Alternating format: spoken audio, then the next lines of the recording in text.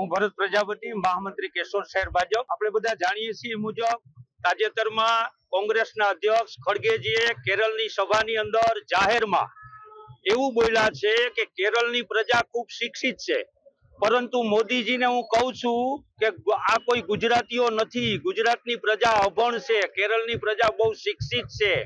એટલે મોદી સાહેબને માલુમ થાય કે ગુજરાતની પ્રજાની સાથે તમે છેતરપિંડી કરી છે, અભણ પ્રજા હતી એટલે છેતરપિંડી કરી શક્યા છો, પણ કેરળની પ્રજા ખૂબ જ શિક્ષિત છે। મને કહેતા ખૂબ જ દુઃખ થાય છે કે આજે ભારતીય જનતા પાર્ટીના કેશોદ શહેરના તમામ કાર્યકર્તાઓ અને આગેવાનોએ મળી કાળી પટ્ટી બાંધી અને મૌન વિરોધ નોંધાવ્યો છે। કારણ કે દુઃખ સાથે કહેવું પડે છે કે ગુજરાતની અંદર ગુજરાતના પનોતા પુત્ર રાષ્ટ્રપિતા મહાત્મા ગાંધીજી પણ ગુજરાતના જ હતા। આ ગુજરાતીઓને માત્ર નથી કહેવામાં આવ્યું, મહાત્મા ગાંધીજીને પણ અભણ કહેવામાં આવ્યા છે। સરદાર વલ્લભભાઈ પટેલ પણ એક ગુજરાતી જ હતા। આ માત્ર ગુજરાતીઓ માટે નહીં, સરદાર વલ્લભભાઈ પટેલને પણ અભણ કહેવામાં આવ્યા છે।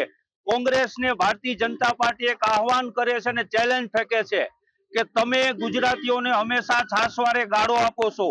જ્યારે એના રાહુલ ગાંધી વિદેશમાં જાય છે ત્યારે મોદી વિરોધમાં, ભાજપ વિરોધમાં, ભારતની પણ ખૂબ જ ખરાબ અને એકદમ નિમ્ન કક્ષાની વાતો કરે છે।